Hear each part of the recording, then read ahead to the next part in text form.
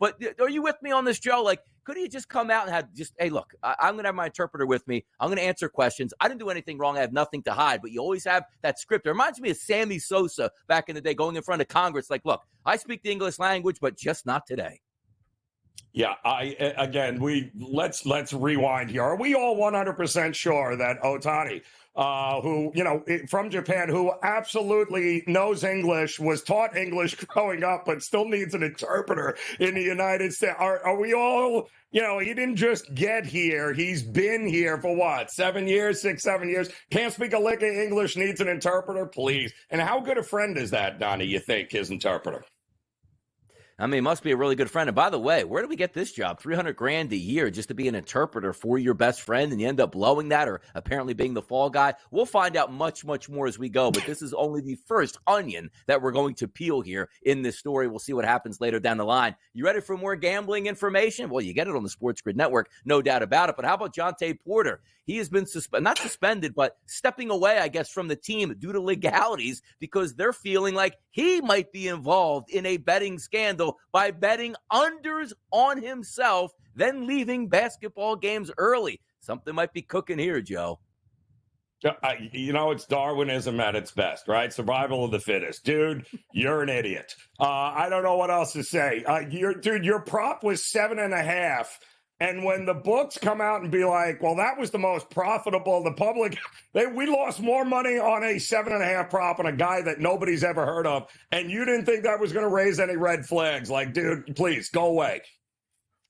This is what we talk about with betting irregularities and why we love legalized sports gambling, because it catches stuff like this where, hey, nobody's betting this. Jontay Porter hasn't been bet all season long. All of a sudden, he's the hot play of the night out of nowhere. Yes, that's going to raise red flags here, and the NBA will probably get to the bottom of this. Doesn't look good right now because anytime you have to step away from the team, it usually means like, get your facts in a row because we're going to be asking you questions on this investigation. Maybe another investigation should be opened up here on the Boston Celtics, dropping a 30-point lead to the Atlanta Hawks in a loss, 120-118. How about those Hawks at home in a comeback, and a team that never likes to covered in a big way and won outright yesterday in Atlanta?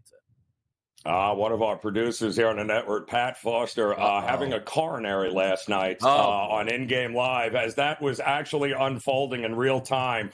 Celtic fans, very much of them scratching their head trying to figure out how do you drop 74 in the first half, have a more than a 20-point lead, and then lose the game. That was exactly what happened in the second half. Unbelievable. By the way, they get to play the Hawks tomorrow. Again. By the way, nobody wants to play the Houston Rockets. Can you believe that statement here? The hottest team in the NBA wipes out the Portland Trailblazers as the Rockets try to make a playoff run here. How improbable is that? A blowout victory from the Rockets last night. Yeah, no, impressive. I mean, they're playing, Ndoke has got these guys playing with their hair on fire. They gave up a lot early on, but it looks like they're hitting their stride right at the right time here, man. They sneak into the playoffs. You got to be in it to win it. So it looks like they have finally figured it out in Houston. I wish I had a panic button because I'd hit it right now. The San Antonio Spurs 104, the Phoenix Suns 102. Wemby doesn't even play, and the Suns can't come away with a double-digit favorite and a victory here. I don't know what to think of the Suns here, but you know what? I don't think I'm betting them come playoff time. Oh, I know what to think of them. And anybody that thought laying 14 was a great idea last night, you should definitely look into doing something else.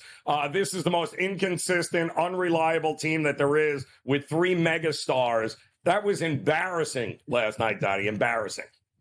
I can't believe that because I'm one of those guys that's waiting over the final, 10 to 12 games of the season for them to rise up and play good basketball so you're comfortable betting them in the playoffs. But you can't just play this type of basketball. Like, hey, you know what? Playoffs are here, Joe. Time to hit the gas pedal. That's not the case. You know who is hitting the gas pedal in Madison Square Garden last night? Dante DiVincenzo loves this lineup for the Knicks because he gets to shoot anytime he wants, which included last night 14 of 23 from the field, which included 11 of 20 from three-point range and 40 points in a blowout 25-point victory for the Knicks over the Pistons last night.